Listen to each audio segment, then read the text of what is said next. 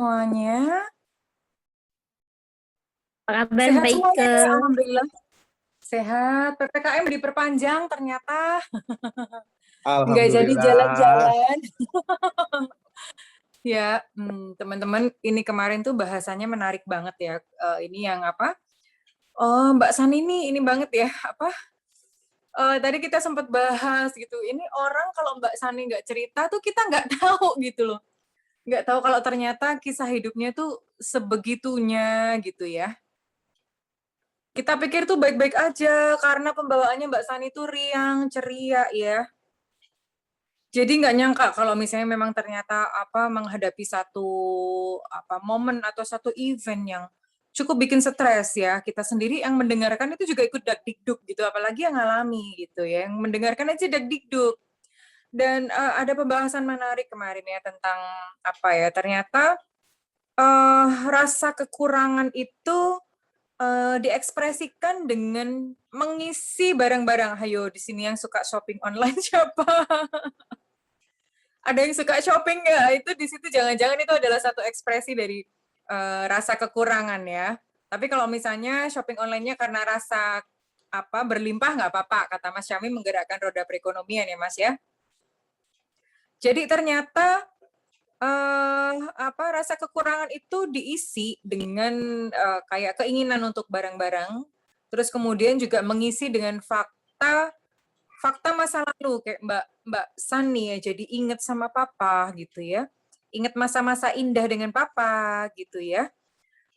Terus kemudian kemarin ada juga yang bagus bahwa poin pentingnya adalah rasa emosi itu seneraka apapun atau semenyakitkan apapun itu jangan diingkari atau represi atau pengalihan. Justru jangan diingkari ya, karena lebih baik diakui gitu, lebih baik diakui karena dengan diakui nanti ibaratnya kayak ketahuan gitu sakitnya apa dan bisa diobati ya kalau ketika kita mengakui ya untuk rasa-rasa tersebut atau emosi tersebut ya. Oke, Mbak Sani sehat? Ya, sehat Mbak Ike. Teman-teman gimana, sehat ya? Jaga terus imun ya Mbak Ike. Iya, banyak makanan-makanan bergizi ya. Terus kemudian terus dijaga awareness-nya, kesadaran, maksudnya jangan sampai kita takut, khawatir ya. Beberapa teman saya meninggal sih. Beberapa teman saya meninggal, tetangga juga ada yang meninggal karena COVID. Terus tante saya juga kena COVID. Jadi banyak gitu melihat banyaknya fakta ya. Banyaknya fakta yang pada berguguran gitu ya. Mungkin teman-teman juga tetap cool, tetap tenang sambil tetap ini ya. Saya rasa kayak prokes itu untuk kebaikan bersama. Saya tahu teman-teman di sini udah pada sakti semua ya. Udah pada sakti mandraguna. Oh, ada Mbak Mari malam hari ini. Halo Mbak Mari. Ada teman-teman yang baru?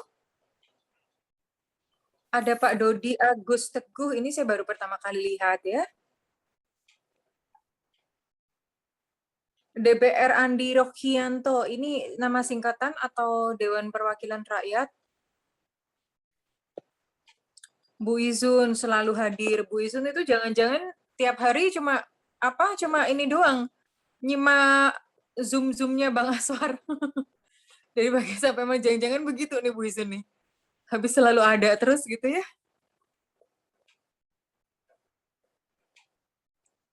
Ayu Afdelia, oke ini saya juga baru pertama kali.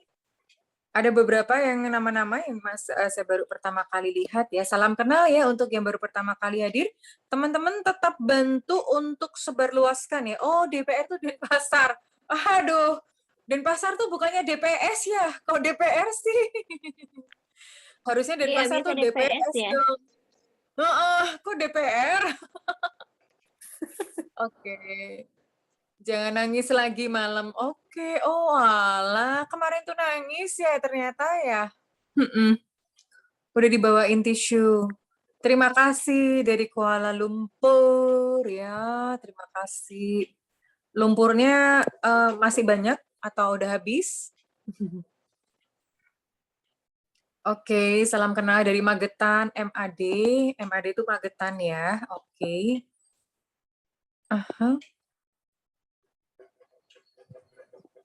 Oke. Oke, Mbak Sani kemarin gimana yang habis transendensi kemarin ada peristiwa apa lagi gitu nggak Mbak Sani? Nangis, Eh, nangis abis sendiri. abis abis itu memang plong kan, plong terus Mm-mm. ya itu efeknya ke mata bengkak terus jadinya ngantuk berat gitu. Tapi ada teman masih chat gitu sampai jam berapa ya, jam 1 gitu. Padahal udah bilang aduh ini mata udah mau nutup. Takutnya kan kalau lagi chat gitu kita udah ketiduran orangnya nungguin balasan gitu kan. Ya gitu efeknya ke mata bengkak itu kan jadi bawaannya ngantuk, Mbak. Itu maksudnya karena nangis selama seminar Iya, enggak, atau setelah padahal itu masih nangis nangis lagi? enggak, padahal nangisnya kan pas di Zoom itu aja padahal kan. Itu enggak Padahal enggak terus-terusan padahal kan. Nangisnya kan anu padahal ya enggak mungkin beban terus-terusan ya, tapi emosinya ya. bengkaknya Heeh. heeh. Perasaan nggak yang nangis Bombay banget ya. Padahal enggak nangis Bombay banget. Biasanya kalau nangis Bombay banget ya baru bengkak yang gimana gitu atas bawah kan. Padahal kan kemarin Mm-mm, enggak betul, ya. betul. Iya, syukur efeknya kalau misalnya bisa tidur ya. Ya, Saya plong. belajar dari pengalaman Mbak Sani. Betul, saya juga apa ya banyak banyak koreksi juga ya, termasuk saya juga mikir kemarin, aduh ini saya sukanya shopping online, jangan-jangan apa ada rasa kekurangan ya mengisi dengan benda-benda pengen beli ini, beli itu gitu. Ternyata ada banyak banyak hal-hal yang dari perilaku kita banyak hal-hal tersembunyi ya. Ternyata ya kita perlu gitu mengenali untuk perilaku itu apakah ada sesuatu emosi-emosi bawah sadar dari dibalik dari perilaku-perilaku kita gitu ya. Dan melihat pengalaman Mbak Sani tuh ya bener-bener jadi kayak berkaca gitu. Aduh, jangan-jangan saya juga ngalamin gitu ya. Halo Mbak Mari, apa kabar? Puji Tuhan, Mbak Oh, Ike, sehat. sehat. Padang Sidempuan itu, kalau nggak salah Mbak Sani juga cerita airnya di Padang Sidempuan ya? Iya, Yayasan di Padang Sidimpuan. Oh Oh, ya sama. ampun, Sama Mbak Mari juga sekampung. kan? Ini Bang sudah hadir. Selamat malam anak soleh. Waalaikumsalam warahmatullahi wabarakatuh. Soleh. Alhamdulillah. Siapa itu ya? Pokoknya kita tuh mendoakan agar Abang selalu sehat, sejahtera, kaya raya kayak Sultan dan tetap tinggal di Indonesia. Itu pranknya saingannya 2 triliun. Iya. Iya, silakan Bang. Oke ya, bismillahirrahmanirrahim. Assalamualaikum warahmatullahi wabarakatuh. Waalaikumsalam. Kita lanjut lagi ya. Kemarin itu ini ya, apa ceritanya Mbak Sani yang kayaknya di tab satunya ya, nggak apa-apa lah, saya masih ingat. Itu dari ceritanya kemarin itu kan dia ini ya, ibunya kan terkesan otoriter ya dari cerita kemarin itu. Jadi ibu yang otoriter. Terus yang jadi korban itu kan ayah sama Sani, ya kan? Seperti itu. Nah, ini kan yang kalau dalam transendensi itu kan selalu yang apa namanya, yang harus diperhatikan pertama itu kan apakah kita ini berbicara dalam kesadaran diri yang mengalami dualitas atau non dual kan? Ini kan harus jelas nih. Ya. Kalau misalnya Jadi biar cepat sembuh gitu ya. Jadi pastikan dulu, saya mencari, harus sadar posisi spiritualnya dulu. Dualitas atau non-dual. Kalau nggak sadar ini, itu akhirnya hanya drama. Dramanya itu antara pelaku, korban, pengamat. Pelaku, korban, pengamat. Nggak selesai. Drama dualitas pada akhirnya.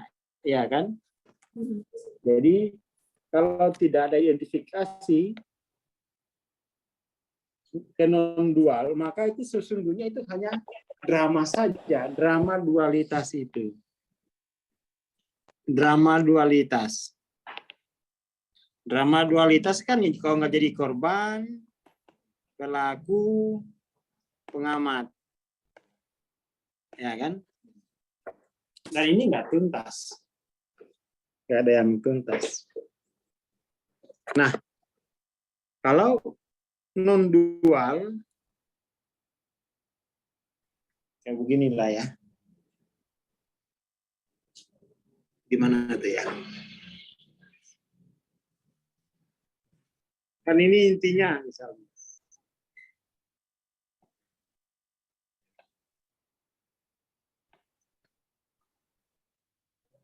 Non-dual itu ini. Ya, dah. Jadi harus duduk dulu. Harus duduk dulu di posisi non-dual. Artinya tidak ada disidentifikasi diri. Ya, dah. Sekarang kita ini ya, kita dudukkan di kursi non-dual. Jadi ini kita ambil yang kasus Sani terhadap ibu gitu kan. Ibu yang otoriter. Ya kan? Ibunya yang otoriter. Nah, Saninya yang korban. Ya, dah. Ibunya yang pelaku. Ini kan kalau bisa di teori kepribadian, jangan-jangan Mbak Sani ini sekarang sama suami kok kayaknya nggak ada hubungan apa-apa, itu jangan-jangan ingin tidak mau seperti ibunya. Jangan-jangan. Tapi itu kan masih pandangan dualitas ya. Ya, jangan-jangan tuh Sani yang kepribadian yang sekarang ini diperagakan itu kepribadian yang antitesis dari ibunya. Kalau ibunya itu ketat, Saninya permisif, apa-apa boleh, ya, nggak dikasih uang bulanan pun juga boleh. Jangan itu kalau dianalisis kepribadian kan. Jadi yang diperagakan Sani sekarang ini antitesis dari kepribadian ibunya. Kan bisa saja begitu. Dan kemungkinan, tapi kan kita nggak main di situ ya. Itu bukan ilmuwan kita lah. Kita mainnya non-dual aja. Ketika kita non-dual, akhirnya kan kita menyaksikan Sani. Menyaksikan kesanian ini. Bukan kesunyian ya, kesanian.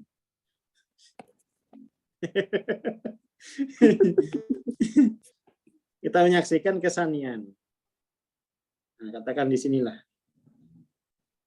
Ada Sani yang jadi korban. Ya kan? Nah,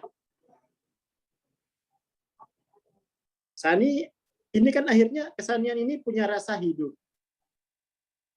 Rasa tidak berguna, rasa terancam, rasa prihatin karena melihat papanya yang ini macam-macam itu. Korban. Itu satu-satu harus dicopot rasa hidup kesanian ini. Ambil satu misalnya apa? Kemarin kan banyak kesedihan ya kalau terkait papa ya. Nah, itu kemudian tuh rasa prihatin, rasa apa ya, kalau ngeliat bapaknya di ini tuh rasa kehilangan lah, mungkin ngenes.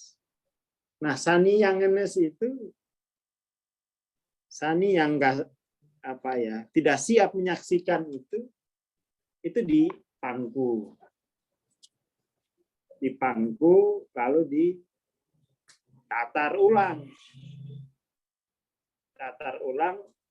Sani, kok kamu punya rasa hidup nelongso? Ya, toh? Kenapa punya rasa hidup nelongso?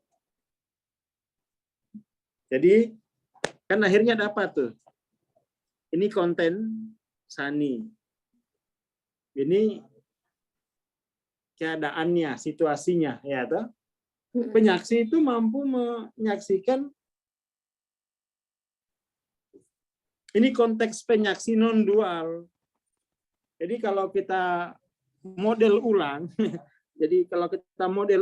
punya Hawking ini, yang ini loh, struktur of truth-nya itu, saya suka bikin model ulang. Untuk yang ini kan, kalau kita model ulang itu jatuhnya kayak gini. Konteks penyaksi menyaksikan feel, menyaksikan konten, kan begini enak nih. Ya kan? Daripada yang begini ini masih ya secara visual masih inilah. Tapi kalau dia adalah dualitas, maka hanya di sini gitu. Dia di dalam. Kalau dia konteksnya itu dualitas, ya di sini hanya ini. Tapi kalau non dual, nah konteks non dual, ya harus ditarik lagi garis transenden, ya. Jadi yang ini garis transenden, penyaksi, kan begitu. Jadi ini infinite konteksnya, konteks. Ini feel-nya, ini konten. Kan mending lebih mudah kayak gini kan? Iya, kalau yang abang gambar ini, yang model abang, itu kita bisa lihat dari samping. Kalau yang kotak yang dibuat Hawking itu mandiri dari depan gitu. Iya, jadi bisa secara visual itu cara kita agak berat ini memahami ini, kecuali kuat abstraksinya ya. Iya betul. Kalau kuat abstraksinya bisa nih, kalau filsafatnya kuat. Tapi kalau yang nggak kuat, dia bingung. Maksudnya gimana sih? Karena kan kalau yang gambarnya Hawkins itu kayak bidang datar aja jadinya kesannya kan, Bang? Ya. Iya, padahal kalau 3 dimensi yang kayak abang gini dari samping ini jadi lebih dapat. Jadi non-dual dualitas. Jadi ini hanya soal identifikasi, disidentifikasi. Makanya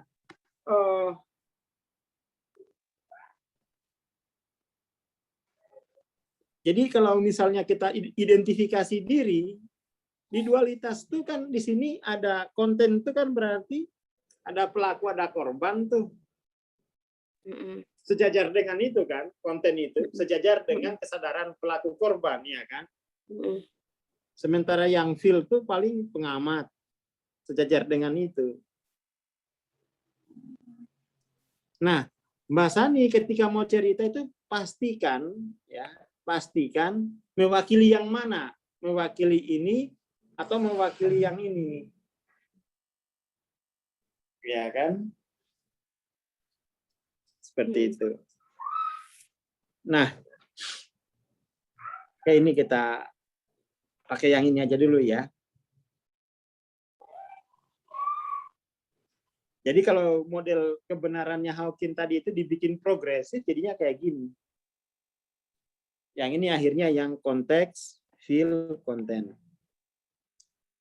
Ya kan? Nah,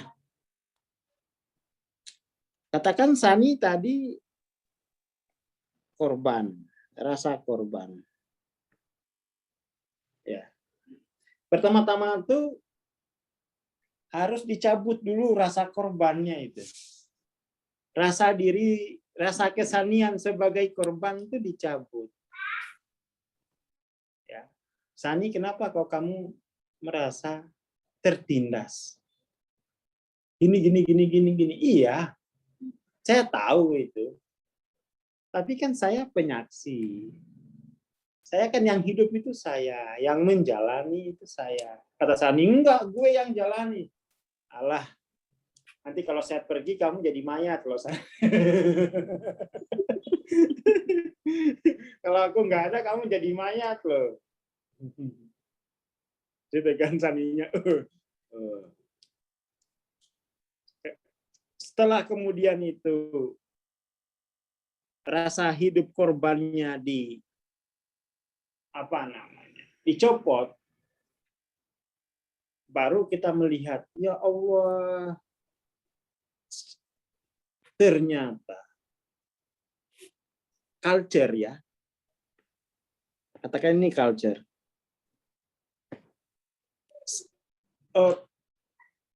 lahirnya rasa hidup kesanian itu karena budaya. Nah, ya toh? Karena budaya.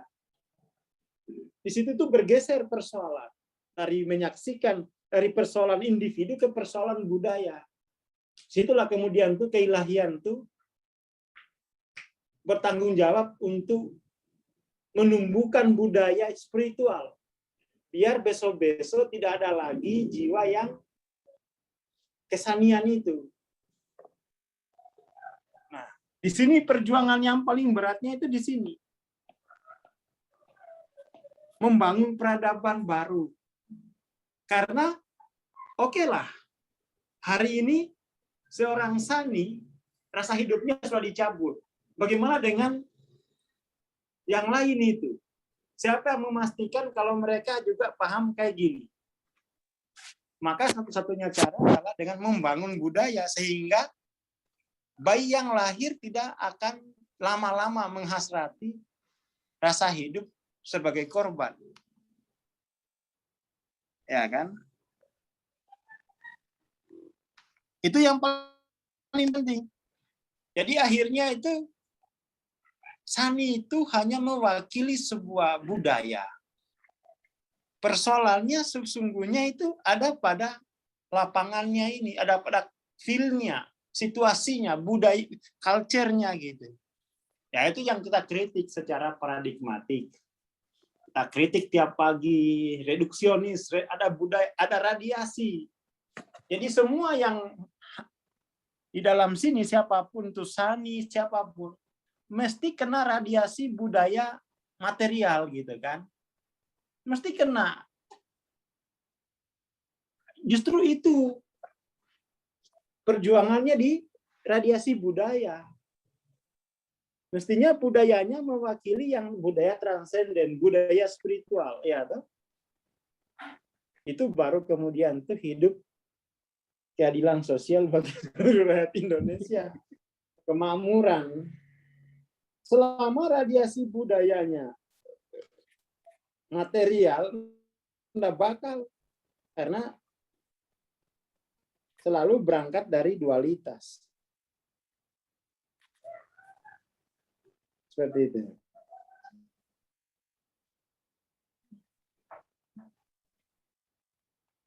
Itu ya, itu poinnya.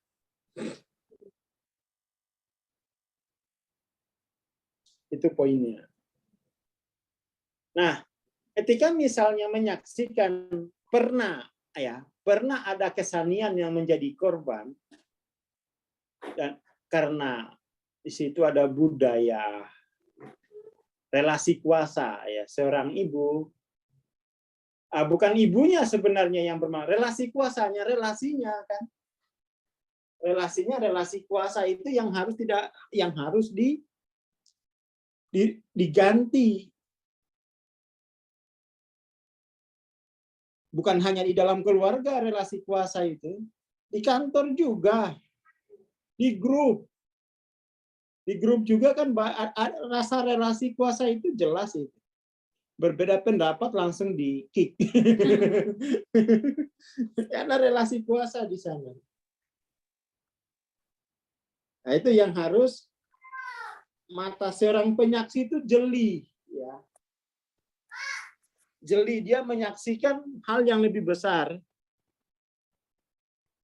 Tapi awalnya dimulai dari sini dulu lah ya. Awal-awal itu dimulai dari sini. Lalu apa sih yang membuat diri itu menjadi menghasrati, ya, rasa korban?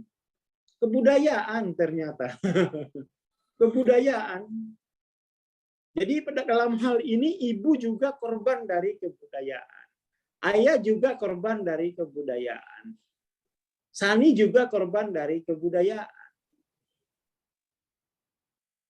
Akhirnya kan memahami hal ini, loh, tidak ada yang harus disalahkan. Di situ kan bisa muncul pemaafan, bisa muncul pengampunan.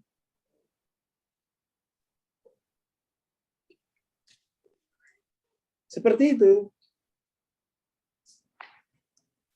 Ya kan? Oh, ibu saya itu juga tidak salah.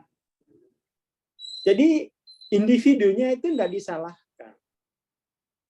Nah, kebudayaannya ternyata menghasrati dualistic thinking. Ya kan?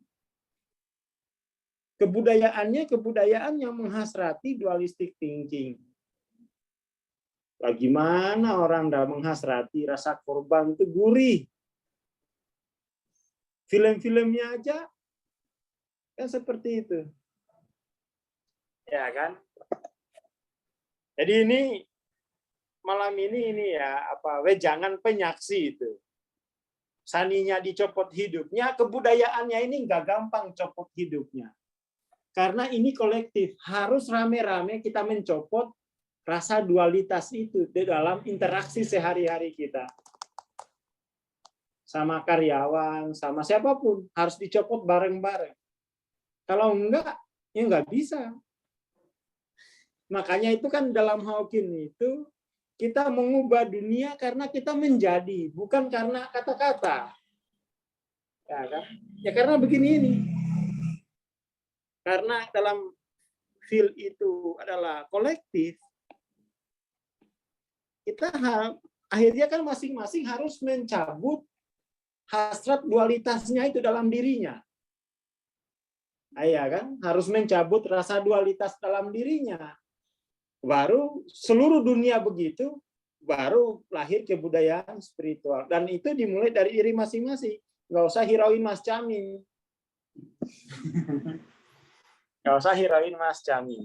Nggak usah hirauin orang-orang yang pernah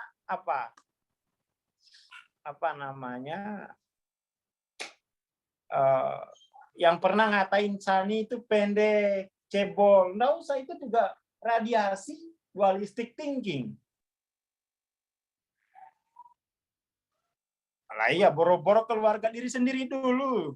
Jadi kalau kita mikirnya mengubah budaya itu kan hasil akumulasi kolektif. Iya, agama itu kan lahir untuk dekonstruksi budaya materialistik. Ya, toh? Jadi kemudian tuh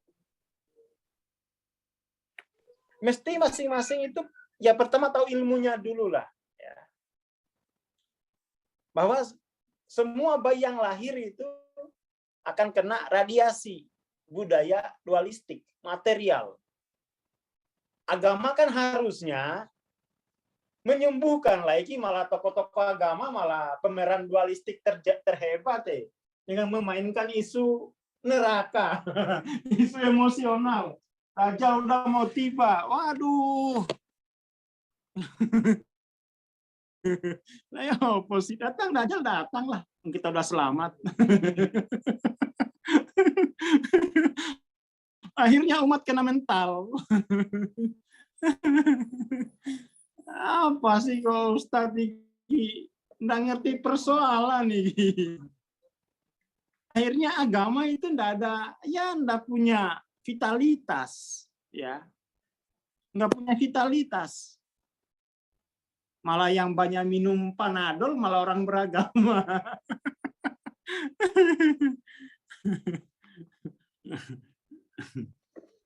Oke ya. Jadi poinnya kan di situ. Poinnya kan di situ. Jadi ini kalau kita mau selamat berjamaah, ya, kan dimulai dari diri sendiri dulu. Quan fusakum, kan begitu perintahnya. Quan fusakum dulu. Setelah dirinya selamat, baru wa ahlikum. Nah, ini dirinya aja belum, udah mikirin bangsa Indonesia. Udah mikirin,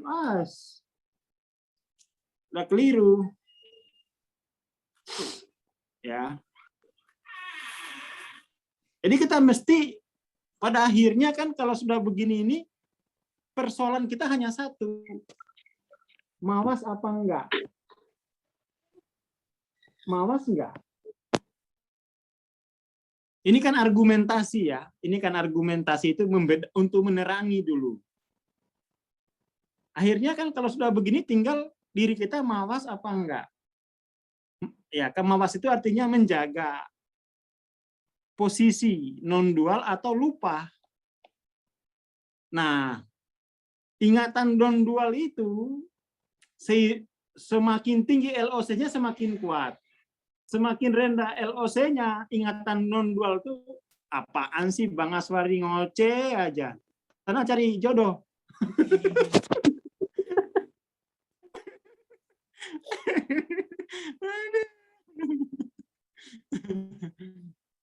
Nah iya, masyarakatnya itu ya menghasrati ketakutan. Kalau nggak ditakut-takuti rasanya belum hidup. Jadi ini kan argumentasi filosofis ya. Argumentasi filosofis itu untuk menerangi dulu. Ya, untuk menerangi. Jadi dengan memahami ini, yang pertama harus bertobat dulu. Tobat. Tobat apa? Tobat mengidentifikasi diri sebagai yang dualitas. Tobat melakukan identifikasi. Setelah itu baru taat, ya toh? Ya kayak gitulah, tobat, taat gitu doang. Tobat sama taat. Nah, taat ini yang sulit karena harus ada ilmunya. Kalau tobat itu kalau nggak ada ilmunya nggak bisa tobat juga itu. Itu kan di Ihya Ulumuddin ya, tobat itu mesti didahului oleh ilmu. Atau ada dua mazhab, mana yang duluan? Tobat dulu atau taat dulu? Yang bilang gimana mau tobat kalau dia belum taat? Gimana mau taat kalau belum tobat? Nah, itu ada mazhabnya ya. Mana yang duluan? Tobat dulu atau taat dulu? Gimana mau taat kalau belum tobat? Gimana mau taat kalau belum tobat? Itu jadi mazhab ada mazhab tasawuf gitu ya. Yang pertama tobat dulu baru berilmu atau berilmu dulu baru tobat. Ya itu. Ya pokoknya masing-masing lah itu ya. Itu udah mazhab itu. Yang mau tobat dulu baru taat ya silakan jalani gitu ya. Yang Nggak boleh saling tenggol ya Bang. Ya jalani masing-masing. Itu kan jalan. Tidak boleh tidak ada, harus satu-satunya, harus itu kan pintu namanya ya. Sadar dulu Bang baru tobat, ya taat dulu ya. Kalau gimana mau sadar kalau belum tobat.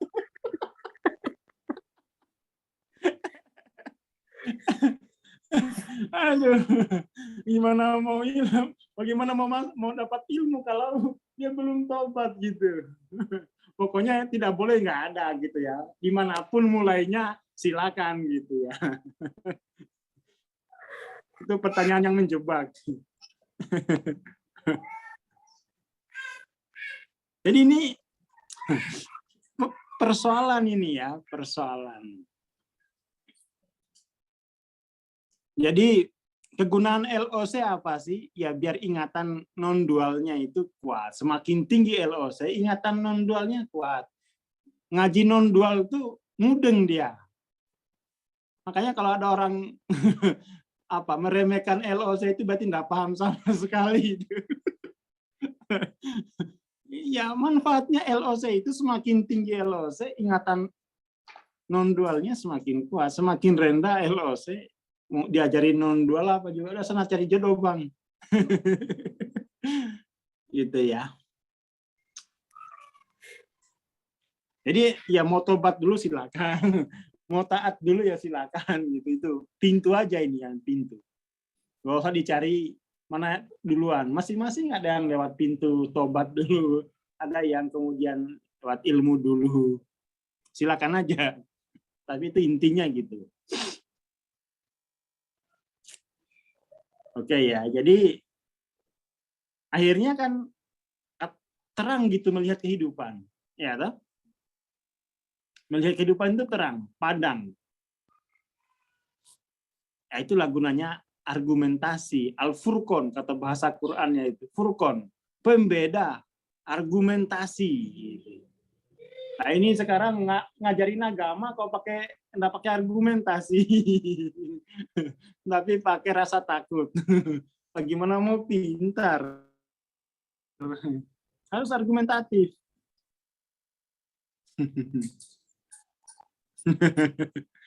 Aduh ini. Oke ya, jadi itu Sani ya. Jadi akhirnya kan terang. Tapi yang paling penting itu bahwa rasa hidup kesanian ini itu dulu yang dipangku, dicopot. Baru kemudian lanjutkan analisisnya pada tingkat feel. Kenapa kok dulu ada manusia yang lama menghasrati kesedihan? Nanti di situ ada budaya pasti. Kenapa kok jiwa kita melekat kuat gitu loh di situ itu? Oh, ada budaya. Ada budaya dualitas, dualistik. Ya, ada. Nah, ini kan kita bagian dari generasi yang menggugat pola pikir dualitas. Ya kan? Ya, kita udah mulai gitu. Seperti itu. Jadi coba kemarin ceritanya Mbak Sani di rekontekstualisasi seperti ini, jelaskan dari perspektif non dualnya, lalu kemudian dualistiknya seperti apa di tingkat konten, feel-nya bagaimana, pasti kelihatan kok itu, pasti kelihatan. Jadi jiwa kita menghasrati penderitaan, menghasrati rasa sakit, itu karena radiasi budaya material kok. Karena radiasi budaya material. Jadi bego jiwanya, vektornya salah, ya. Iya karena radiasi. Nah, kita ini kan dengan argumentasi semacam ini itu ya kerabunan mata kita itu jadi terobati ya. Jadi terobati. Dan ini radiasi material itu kan akhirnya itu membuat jiwa itu tuli, buta sama lumpuh. Ini nggak ada obatnya ini. Kecuali hadir dalam majelis ilmu. Jadi radiasi material itu bikin jiwa itu tuli, buta, lumpuh.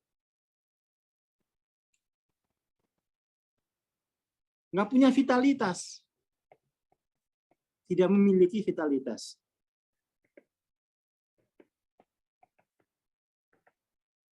serba salah ini. Punya uang menderita, nggak punya uang bunuh diri.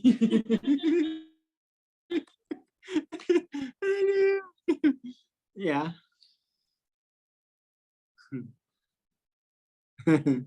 Jadi agama itu mesti memulihkan vitalitas jiwa. Ya kan? Ini agama takut-takutin. Ajur Jo, majur. Agama itu selalu datang membawa kabar gembira tentang vitalitas. Jangan takut-takuti loh. Ya kan? Itu bikin lumpuh itu rasa takut itu. Ya. Bikin lumpuh. Kalau orangnya keras kepala itu bikin tuli. Kalau orangnya tidak argumentatif, tidak furqon, dia buta berarti. Dia buta.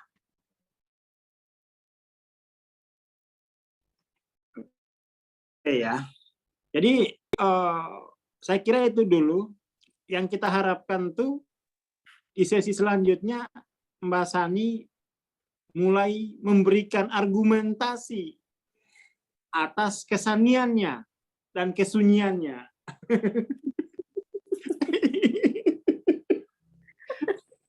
Harus argumentasi sehingga itu mencahayai yang lain. Ya kan? Sehingga mencahayai gitu. Nah, itu baru namanya vitalitas. Itu namanya vitalitas. Gitu. Gitu dulu ya, Mbak Sani ya. Iya Bang, minggu depan ya sini coba ambil satu ya dari yang daftar Ambil kemarin baru ya. kasih wejangan kepada yang kasih wejangan kepada dunia. Oke. Ya. Itu. Saya kira itu dulu, nggak usah panjang-panjang ya. Terima kasih. Selamat malam. Assalamualaikum warahmatullahi wabarakatuh. Waalaikumsalam. Waalaikumsalam warahmatullahi Makasih banget, Terima Wan. kasih. Makasih banget. Terima kasih Pak Wan. Jokowi. Makasih Pak Jokowi. Makasih Pak Jokowi. Ya, terima kasih. Baik teman-teman, ini keren banget. Jadi pastikan teman-teman nanti minggu depan tetap mengikuti cerita Mbak Sani ya. Kita sambil mempraktekkan pada diri sendiri. Baik, terima kasih teman-teman. Kita berjumpa lagi di hari Senin pada jam yang sama ya. Saya tutup. Wassalamualaikum warahmatullahi wabarakatuh. Salam sejahtera. Terima kasih. Sampai berjumpa kembali teman-teman.